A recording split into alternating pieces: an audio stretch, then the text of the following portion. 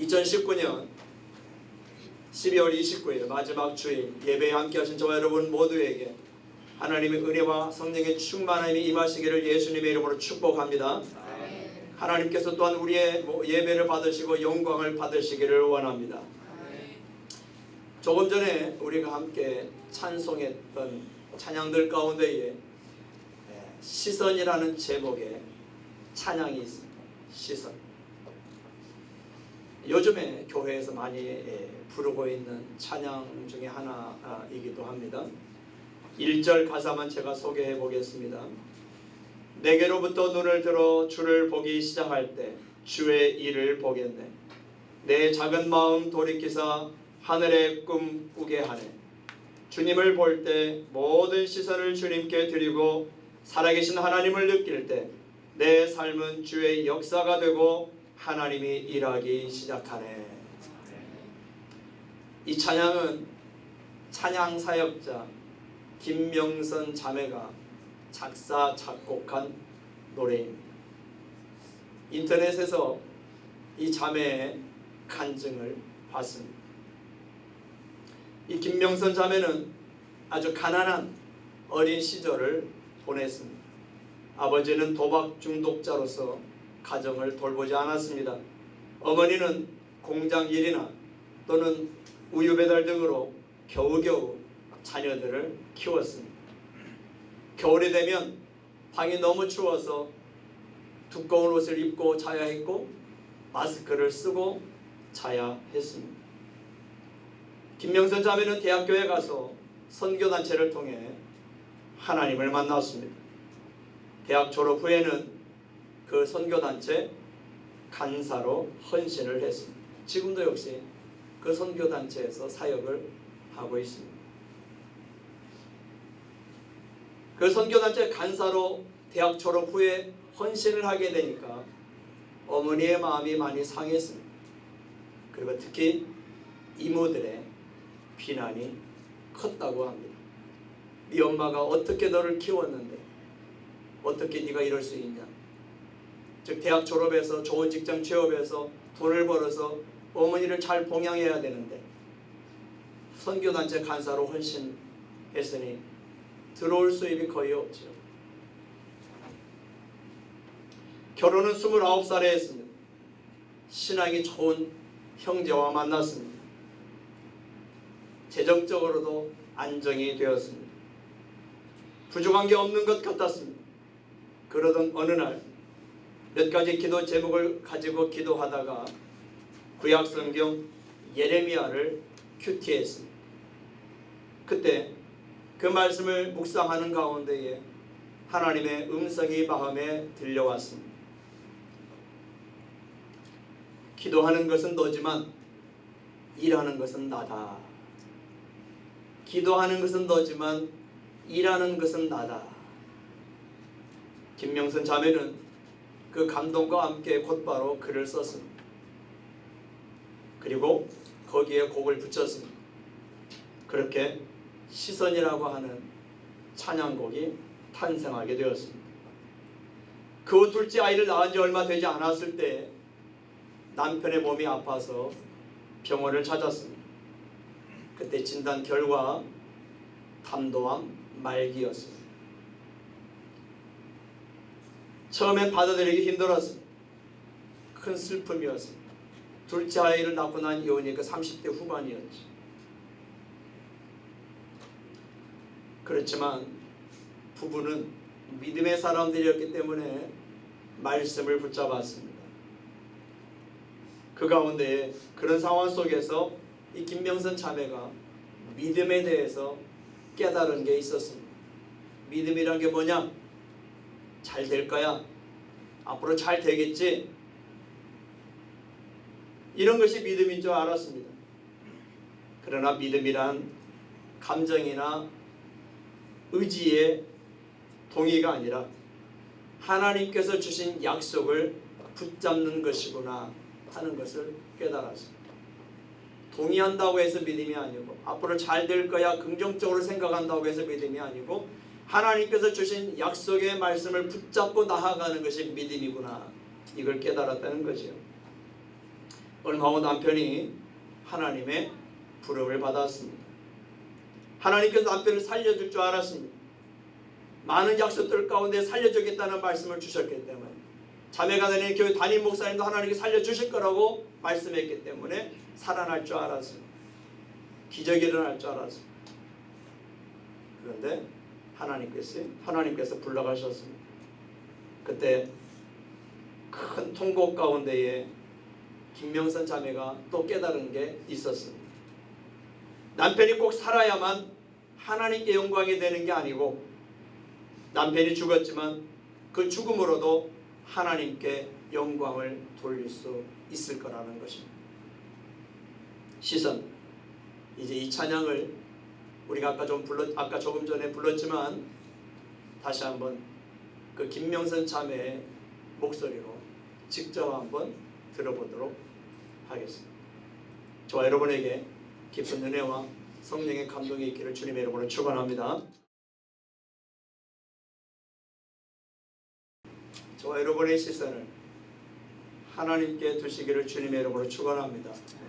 그때부터 하나님께서 일하기 시작하시고 하나님의 뜻을 저와 여러분을 통해서 펼치실 줄로 믿습니다. 오늘 본문 말씀은 이스라엘이 바벨론 포로 생활을 끝내고 고국으로 귀환한 후에 쓴 시입니다.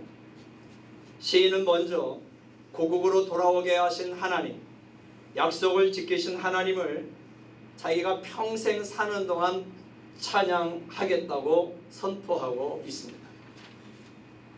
1절과 2절을 함께 읽겠습니다. 오늘 본문 1절과 2절 시작. 할렐루야, 내 영혼아 여호와를 찬양하라. 나의 생전의 여호와를 찬양하며 나의 평생에 내 하나님을 찬송하리로다. 아멘. 할렐루야, 이 말이 뭐예요? 야훼를 찬양하라, 여호와를 찬양하라, 하나님을 찬양하라는 말씀이지. 그리고 이 시인은 말합니다. 내 영혼아 여호와를 찬양하라. 내 영혼아 여호와를 찬양하라. 이 말이 무슨 뜻이겠어요? 내 온 마음 다하여 하나님을 찬양하겠다고 고백하는 것이죠. 내 온 마음 다하여 진심을 다하여 열정을 다하여 하나님을 찬양하겠다는 고백입니다. 나의 생전에 여호와를 찬양하며 나의 평생에 내 하나님을 찬송하리로다. 자기가 사는 날 동안 열심을 다하여 온 마음을 다하여 하나님을 찬양하겠다고 선포하고 있습니다. 여러분, 평생 사는 동안 항상 좋은 일만 있는 건 아니죠. 고달픈 때도 있습니다. 힘들 때도 있습니다. 고통스러울 때도 있습니다. 슬플 때도 있습니다. 받아들이기 어려운 시련이 있을 때도 있습니다. 이 시인이 그걸 모르지 않습니다.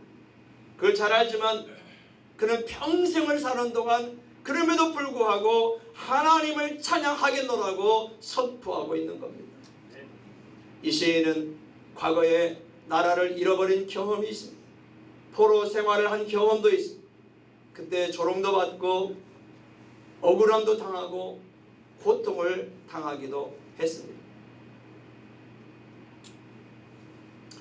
그럼에도 불구하고 시인은 평생 하나님을 찬양하겠다고, 온 마음 다하여 하나님을 찬양하겠다고 고백합니다. 자기가 사는 날 동안 어떤 일이 있을지 알 수 없지만 그럼에도 불구하고 하나님을 찬양하겠다고, 평생 동안 찬양하겠다고 고백하고 선포하고 있는 겁니다. 그 이유가 뭘까요?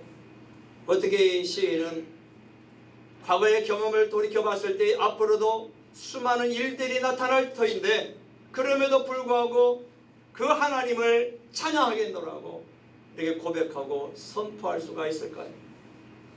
그것은 하나님의 사랑을 믿기 때문입니다. 하나님의 도우심을 믿기 때문입니다. 하나님의 신실하심을 믿기 때문입니다. 할렐루야.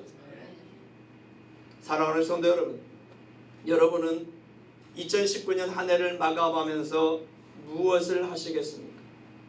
온 마음 다하여 하나님을 찬양할 수 있기를 바랍니다.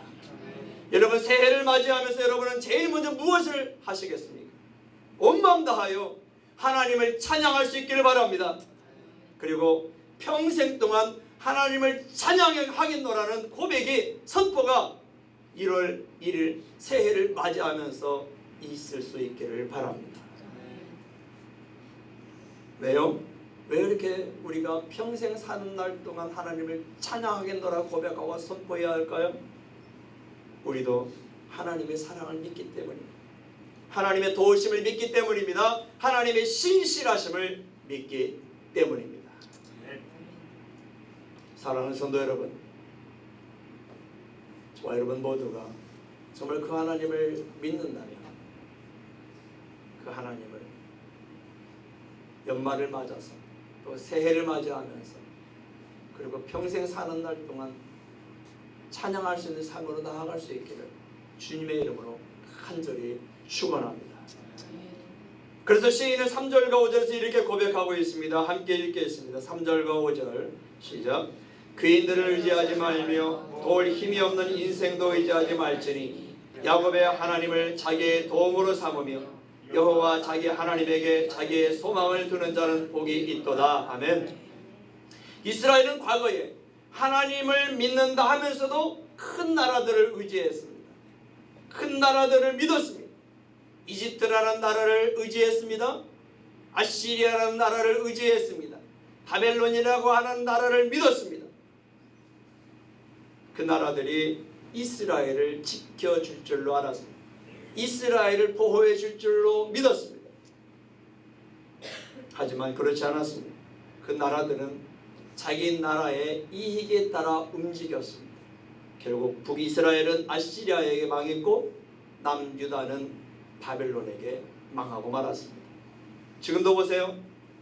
사람들은 큰 나라들을 의지합니다.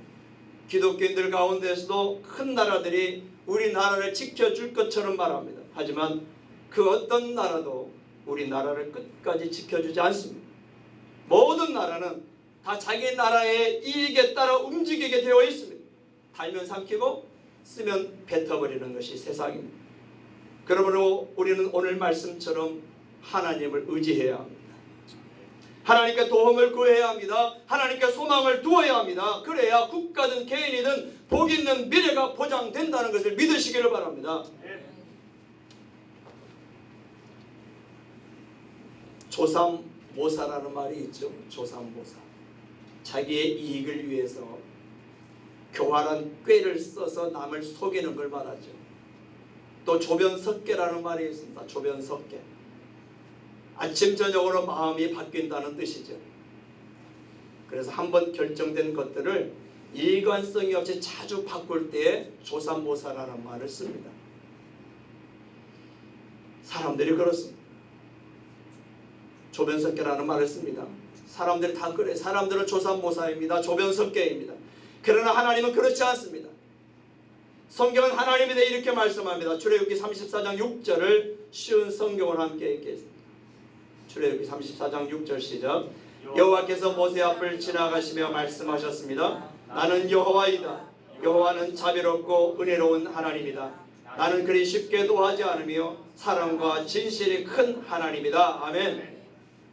하나님은 말씀하십니다. 나는 여호와다. 나는 야훼다. 여호와는 자비롭고 은혜로운 하나님이시다.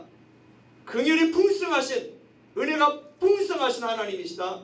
나는 그리 쉽게 노하지 않는다. 나는 사랑과 진실이 큰 하나님이다. 할렐루야. 믿으시기를 바랍니다. 또 사무엘상 15장 29절에서는 하나님에 대해 이렇게 말씀합니다. 함께 읽겠습니다. 사무엘상 15장 29절 시작. 이스라엘의 지존자는 거짓이나 변개함이 없으시니 그는 사람이 아니심으로 결코 변개하지 않으심이니이다. 아멘. 지존자라는 말은 지극히 존귀하신 하나님을 말합니다. 하나님은 거짓이 없으십니다. 지극히 존귀하신 그 하나님이 거짓말할 수 없습니다. 그리고 오늘 여기서 변개함이 없다는 말은 결코 변하지 않는 분이라는 뜻입니다. 우리 하나님은 변개함이 없으신 분입니다. 결코 변하지 않는 분이라는 말씀입니다. 그러므로 오늘 본문 5절 말씀처럼 하나님을 자기의 도움으로 삼는 자가 되시기를 바랍니다. 하나님께 소망을 두는 자가 되시기를 바랍니다. 그러면 내년 한 해를 복 있는 자로 살게 될 것이요 미래가 보장될 줄로 믿습니다. 사랑하는 성도 여러분, 한 해를 보내면서 지나간 한 해 동안 나는 얼마나 하나님을 찬양했는지, 얼마나 하나님을 나의 도움으로 삼았는지, 얼마나 하나님께 내가 소망을 두며 살았는지 돌아보시기를 바랍니다.